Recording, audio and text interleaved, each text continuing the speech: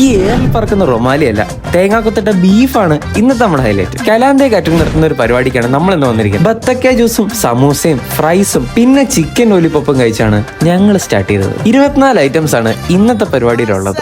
Rumali റൊട്ടിയും ഇടിയപ്പവും mutton സ്റ്റൂവും chicken ബിരിയാണിയും ചോറും നല്ല മീൻകറിയും പിന്നെ ഒലത്തിയ ബീഫുമാണ് ഇന്നത്തെ ഹൈലൈറ്റ്. ഇങ്ങനെ ഇരുന്ന സാലഡ് കൗണ്ടർ ഒരു 5 മിനിറ്റ് ഞാൻ വന്നപ്പം ഇങ്ങനെയായി. പ്രൊഫഷണൽ സർവീസ് ആണ് ഇവരുടെ മറ്റൊരു ഹൈലൈറ്റ്. ഞങ്ങൾ എന്തായാലും ഒരു പ്ലേറ്റ് എടുത്തിറങ്ങി. ആദ്യത്തെ റൗണ്ടിൽ ചിക്കൻ ബിരിയാണി തന്നെ മേടിച്ചു. ഇവന്റ് അറ്റൻഡ് ചെയ്തതിൽ കൂടുതൽ ആൾക്കാർക്കും ഇവരുടെ ബിരിയാണി തന്നെയാണ് കൂടുതൽ ഇഷ്ടപ്പെട്ടത്. പക്ഷെ എന്തൊക്കെ പറഞ്ഞാലും എനിക്ക് ഏറ്റവും കൂടുതൽ ഇഷ്ടപ്പെട്ട ആ ഒരു ബീഫ് തന്നെയായിരുന്നു. മട്ടൺ സ്റ്റൂ നല്ലതായിരുന്നു. ഇതൊക്കെ കഴിഞ്ഞ് വയറിനൊരു ആശ്വാസം കിട്ടാനായിട്ട് ചോറും മീൻകറിയും ബീഫും തോരനും മോരുകറിയും അവിയലൊക്കെ കൂടെ കൂട്ടി ഒരു പിടി പിടിച്ചു.